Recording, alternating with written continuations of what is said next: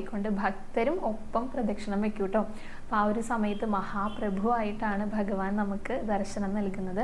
നമ്മുടെ എല്ലാ വിഷമങ്ങളും ബുദ്ധിമുട്ടുകളും ഒക്കെ മാറ്റുന്ന ഗുരുവായൂരപ്പനായിട്ട്. അപ്പോൾ ആ ഒരു ശിവേലിയും ഉച്ചശിവേലിയും കണ്ടു തൊഴുന്നതും ഒപ്പം പ്രദക്ഷിണം വെക്കുന്നതും എല്ലാം വളരെ ഐശ്വര്യമാണ് നമുക്ക് എല്ലാവർക്കും നൽകുന്നത് എന്നാണ് വിശ്വാസം കേട്ടോ. ഇനി അത് കഴിഞ്ഞാലാണ് ദീപാരാധന വരുന്നത്. ദീപാരാധനയുടെ സമയം അസ്തമയത്തിനനുസരിച്ചിട്ടാണ് കേട്ടോ പറയുക. അത് കൃത്യമായിട്ട് നമുക്ക് പറയാൻ സാധിക്കില്ല. അസ്തമയം എപ്പോഴാണോ ആ സമയത്താണ് ദീപാരാധന നടക്കുന്നത്. ഇപ്പോൾ ചെറിയ കുട്ടികൾക്കൊക്കെ സന്ധ്യയായി കഴിഞ്ഞാൽ നമ്മളൊന്ന് ഒഴിഞ്ഞിടൂലേ.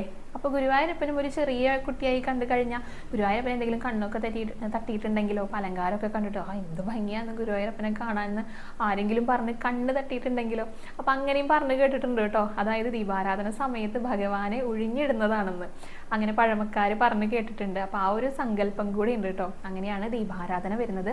ദീപാരാധന കണ്ടു തൊഴുന്നത് ആ ഒരു സമയത്ത്